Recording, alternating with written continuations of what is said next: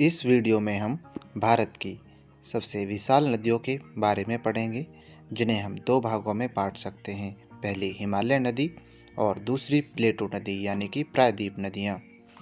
पहले हम देखते हैं हिमालयी नदियाँ, जिसमें गंगा, दूसरी ब्रह्मपुत्र और सिंधु नदी के बारे में यानी इंडस नदी के बारे में पढ़ते हैं। साथ ही ये कोई नदियाँ नहीं है, ये पूरा एक नदी तंत्र है, जिसमें हम पहले देखते हैं गंगा नदी, जिसकी लंबाई 2525 किलोमीटर है।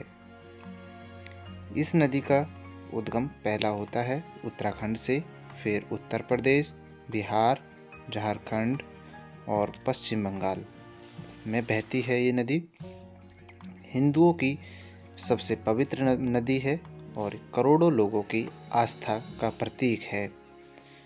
इस नदी में स्नान करना पवित्र माना जाता है। गंगा नदी का जो उद्गम है वह गंगोत्री यानी गोमुख से होता है, तब इसे भागीरथी के नाम से जाना जाता है।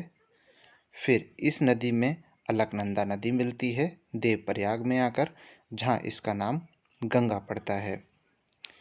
यमुना गंगा की दूसरी सबसे बड़ी सहायक नदी है, जो यमुनोत्री से निकलती है। गंगा से प्रयागराज में मिलती है। यमुना भारत की सबसे बड़ी नदी है, जो सीधे समुद्र से नहीं मिलती।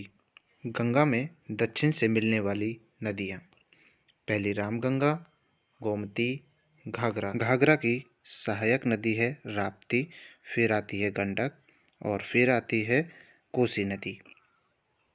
गंगा की सबसे बड़ी सहायक नदी है घाघरा, जो उत्तर दिशा से मिलती है। अब देखते हैं दक्षिण भाग से मिलने वाली नदियाँ। सबसे पहले चंबल, उसके बाद चंबल की सहायक नदियाँ हैं बनास, पार्वती और काली सिंध।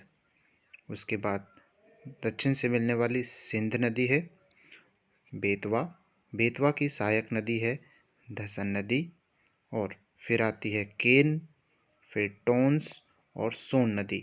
सोन नदी की भी सहायक नदियां हैं, जिसमें पहले है रिहंद और दूसरी है कोयल नदी है। पश्चिम बंगाल में भी गंगा की कुछ सहायक नदियां हैं, जैसे मयूराक्षी और दामोदर नदी से गंगा मिलती है।